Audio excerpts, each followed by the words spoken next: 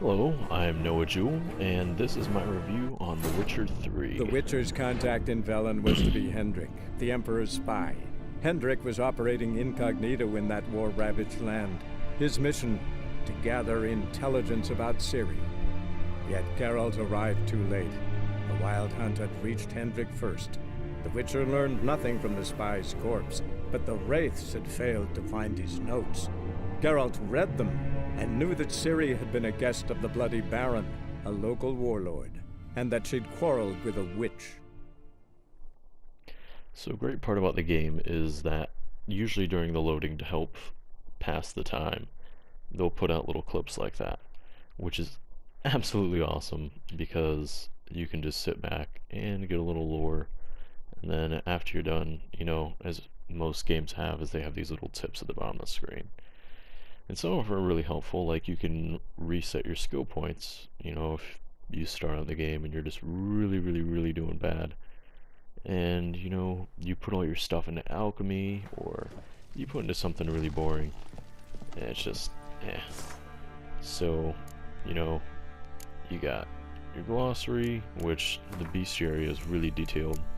And it's really helpful because you can go in here and you just met something, you're like, a bear. Oh, well, how do I kill a bear? And then you go to the sign, and then you look at that, or you go to an oil, and that helps out a lot. There's other parts of the game, like the inventory is good, but it's not very detailed, as most games, but it is helpful. So, that's a big plus. And then outside of that, your horse stuff is very customizable. You have crossbows, you got food. There's pretty much everything in this game. The world map's okay, the quests are okay. The storyline's good. The character build, I wish there was a different kind of menu rather than just this. Like in Skyrim they had one where it'd float up in the sky, and other games usually have something that's pretty cool. But it's okay. And then meditation is just like to pass the time, or if you're on a lower difficulty to help level up. The looting system is pretty good because you can easily see stuff.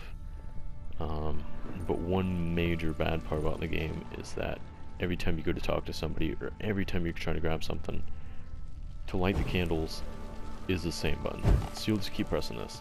You'll be like, oh, why can't I get to it? It's awful. The details in this game are absolutely beautiful. The way he pulls out his sword, the way he throws his punches, the way you can pull out a bow. I mean, everything about it is very detailed. Except for a few of the cutscenes are just pretty boring. Like it'll be like PlayStation 2, PlayStation 3 kind of cinematics, because they'll kiss, but their lips don't even touch. They're just like, oh, well, that's cool. Or, he'll pick up something off the table and the paper stays completely flat. It's certain things like that, but most of this experience isn't about... Saw a deer trophy on a wall once. Do you know what she it's asked? not about the Haven't got a clue. cutscenes and stuff. It's more about the open world and the story, which is awesome. And you can meet people like this, and your decisions make huge impacts on the world around you, which is incredible, because later on, depending on the area you're in, it can completely affect the way people interact with you. And listening to the people, like you'll hear little kids singing a tale about the Emperor or something, and then his dad will say, hey, don't do that. Try not to make a mess. For their return, and that's really cool, just to listen to this stuff. And it's very helpful, but sometimes it's a little distracting, but most of the time you can really just easily tune it out. Stem's broken. When you're listening to stuff, everything that's in red, when you're trying to find stuff, everything that's in red is part of the story. And all the things that are in yellow are things that you can steal, or that you can look at, you can loot. See, I already investigated it. So it's not going to show up like that anymore. But then you can take stuff, and, nobody's going to notice, nobody's going to care. Fresh flowers. Fresh He expects them flowers, to return any minute. Take soap. The writing's really nice, too. Because it goes into more details than just flowers. It's fresh flowers. Or, it goes into more detail about the way the person was killed. or you know, there's just so many parts where they must have had to write, you know, just hours and hours of writing into this. Walls a different color. Every part of it's beautiful. Something used to hang the here. outside encounters, the That quests, painting? going Right outside, size. running around, everything. A few of the complaints I would have is that most of the game isn't quite, how would I say it? Most of the game is quite slow because of all the cutscenes and stuff. But the other part of it is really fast-paced. Like when you're running around, you know, you just might run into a group of bandits and they'll start slaughtering you. Or you'll run into a griffin that just The comes bear out of the and his sky. wife. Or you'll run into a bear that's sleeping. Look happy You can enough. choose whether to kill it or not. It's really hard to level up, What's this? and it takes a long Gotta time. wonder who wanted to hide the But a hole. lot of that comes from And quests. what's You on the can't other just go around side? killing stuff and level up easily. And most of that is just the game itself.